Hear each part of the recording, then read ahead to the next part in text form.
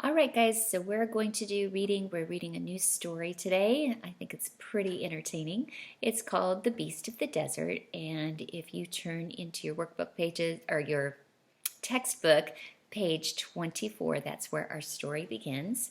There's a few things to pay attention to as you're reading. One of the things is I would like you to look for words that have multiple meanings, okay? So if you look on page 24, you can see that there are a couple sentences with the underlined words that have different meanings. So if you look at that first one on page 24, the wild steer tried to buck off the cowboy. So in that sentence, what do you think steer means? Yeah, steer means like cattle or cows, that sort of thing. And buck doesn't mean like a dollar. It doesn't mean like a male deer. It means like trying to kick off, all right? And then if you look at those same words in the next sentence, Dad had to carefully steer the car to avoid hitting a big buck that ran across the road. Steer actually means to be like driving a vehicle to one side or to just control it, and then buck means a deer. So we're looking for words that have multiple meanings as you read this story. I also want you guys to be thinking about setting.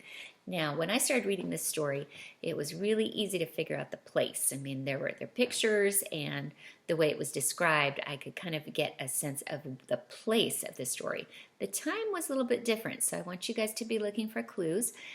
In our section tomorrow, we'll actually be able to pinpoint the time. So I want you guys to be looking at clues, what you can and cannot tell from the story about when the story takes place, okay? Of course, it's obvious it takes place in the daytime things, but I'm talking about a time period, okay? So think about that. There are some main characters in the story. Orly is the young boy, and then there's his grandfather, and then there's a man named Slim. So I want you guys to think about some characteristics of those stories, or of those characters. Think about what you know about them by the things they do and the things that they say. We're going to, on our Google Hangout today, I'd like to ask you some discussion questions about the story, just like we do in reading groups. So make sure that you have read the story before you come to the Google Hangout, okay? All right, so one other thing that we're going to be working on is dividing compound words into syllables, which I think you guys have done a really good job on, so it's a little bit of review. And then thinking about the accent of those words. So remember, the accent is when we give a little bit more emphasis on part of the word. That's the accent. So on your workbook page today, you're going to be asked to put a lasso, because this story that we have is has to do with cowboys, and they have ropes and lassos. So you're going to be asked to lasso the first the part of the compound word that has the accent. So in these compound words, we have workbook, salesman, and houseboat. So let's think about that, okay? Where would we divide this compound word? So think about that. Workbook. Okay, so it should be right in between the two words that make up the compound word, right? And then I want you guys to clap it out. Do we say workbook or workbook? Which one has more emphasis? Workbook. Do you hear it? The accent is on work. So on your workbook page, you're going to be asked to make a lasso around the word, okay? At the bottom, you'll do just our regular accent mark. But think about this. Salesman. Salesman. Now listen to it this way. Salesman. Salesman. That doesn't work. We do it salesman. We put the accent on the first word of the compound word, okay? And then houseboat. Do you hear how there's more power in this first part of the compound word? Houseboat. So again, we can put our dot between the two words to show the different words that make up the compound word, and then we can put an accent mark. Remember, you just put a line at the end of the first word. So when it says put a lasso, that's what they're doing. They're just looking for a picture of you lassoing the first part of the compound word that has the accent, just like the cowboys lasso horses, okay? All right, so let's take a look. I'm going to just get you started on page 25. You can take a look, or page 25. You can take a look at the title page and the picture.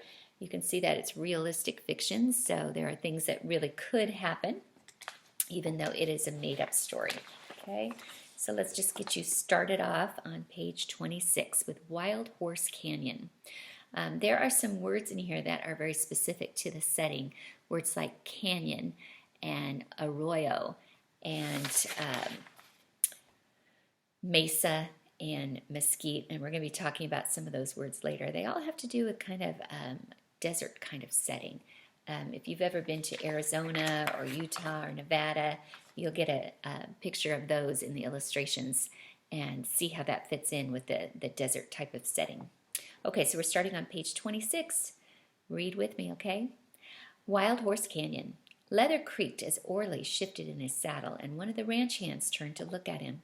Already tired? Slim asked, grinning at Orley.